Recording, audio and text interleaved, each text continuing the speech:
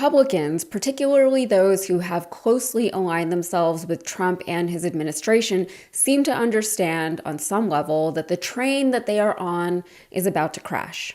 And sometimes that's the way it goes. Sometimes the train's conductor is the one driving it into the side of a mountain, which seems to be the case right now. With the looming September 30th deadline for Congress to pass its spending bill, it's being reported that Trump is planning a federal workers' firing spree should the government shut down in October.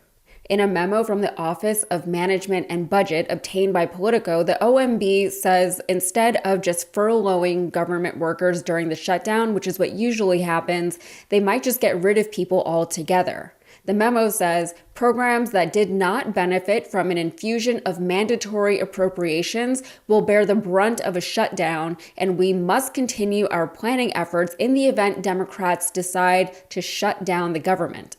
This sweep, it stated, will more directly affect programs and projects that, quote, are not consistent with the president's priorities. Programs that won't be affected by the potential shutdown include Social Security, Medicare, veterans benefits, military operations, law enforcement, ICE, of course, Customs and Border Protection, and also air traffic control. But some are making the choice to quit before Trump has a chance to get rid of them, and among those is Taylor Budovich. This is Trump's deputy chief of staff who is in charge of Trump's messaging, speeches, and cabinet affairs. He will be leaving his position by the end of this month, going back to the private sector. And several other high-profile figures in the cabinet will be sad to see him go, including Chief of Staff Susie Wiles, Vice President J.D. Vance, and also Stephen Miller, who, according to his wife, is a sexual matador. That's not relevant to this story at all, but I figured that if I have to know that, you should too.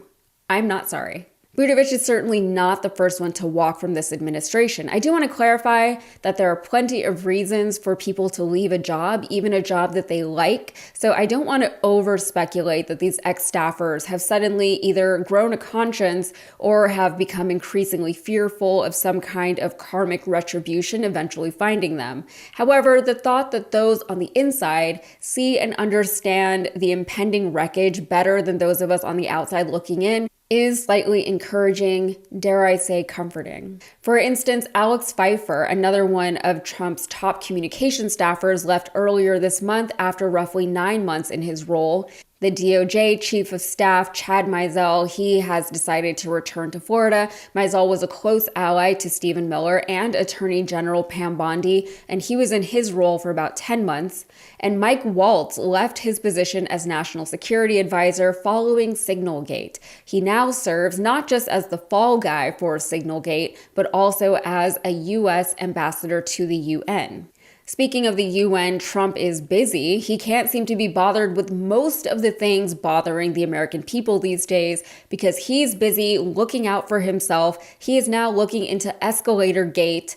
And yes, I'm sorry about all the gates, by the way. I think it's lame too, but that's just what they're calling it. If you don't know what I'm referring to, during Trump's recent trip to the UN, he gave a weird speech that's being mocked around the world right now, but he and his wife tried to get on an escalator only to find that the escalator stopped working, leaving the president and first lady stranded, stuck, just utterly unable to escalate. But don't worry, White House Press Secretary Caroline Leavitt is personally on the case. It does appear to be sabotage with the escalator and the teleprompter. What is the White House going to do about that? Well, Jesse, that's definitely what it appears to be to me. And that's why I put out a statement earlier. There was some concerning reporting over the weekend from the London Times, as you pointed out, that UN globalist staffers were basically plotting to set up the president of the United States.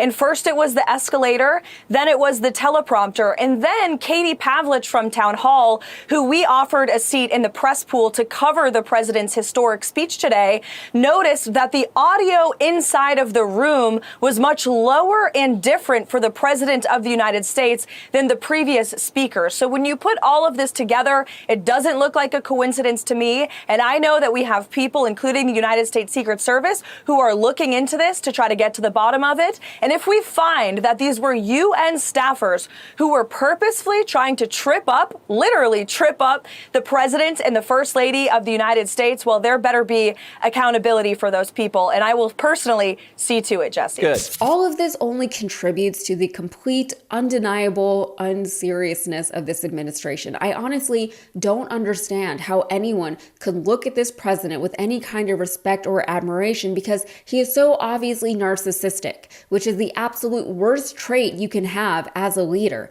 I can't imagine someone like Obama having to walk up a broken escalator and making any kind of comment about it, let alone calling for an investigation into it. This man is a child. He is nearly 80 years old and he is still so childish, which is sad for him, but it's absolutely embarrassing for anyone who is still supporting him. I'm not even talking about people like Jesse Waters and Caroline Leavitt. They both make way more money than I do. I'm not saying that it's good what they're doing, but at least they're getting paid for it. The everyday Trump supporter who rage tweets in Trump's honor while getting literally nothing in return for their loyalty after 10 years of this, that is embarrassing. What a waste of everyone's time this administration is. There does seem to be some light at the end of this very dark, deep tunnel that we've all been in, and it looks like people on social media finally realizing that Trump was maybe not handpicked by Jesus or God or whoever to save humanity. I think that their overall logic is still heavily flawed and very fickle. In many cases, the God that supposedly told them to support Trump in the first place is the very same God who has now told them not to. And it will be very difficult to forgive these people for the damage they've inflicted on this country and for the hate that they directed towards various groups of individuals. That said, I will never discourage a step in the right direction, which in this case, it isn't even about right or left. If you don't agree with me on the best economic structure for the country, then fine. That is a debate that we as a country can and should have. But this is about decency. This is about stepping out of fear. It's about distancing oneself from idolatry. It's about understanding that you were lied to and that not everyone is out to get you, because grow up, it's not about you. People are trying to live, and it would be a lot easier to do if we all just weren't constantly fighting each other over dumb things like escalators. One last thing though, because I can't help myself, and maybe you're better than I am, but it is fun for me that now the anti-woke crowd is having a mass awakening.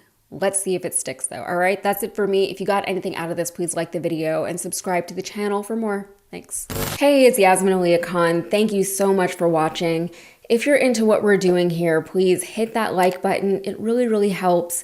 And if you want to see more videos like this one, don't forget to subscribe to Rebel HQ and hit that bell so that you never miss an upload. I've also got a playlist with all of my videos, so feel free to dive in and catch up there. And if you're over like the corporate spin and just want real people-powered news, hit that join button and be part of the movement. We couldn't do it without your support. Seriously, thank you so much. Stay informed, stay engaged, and I will see you in the next one.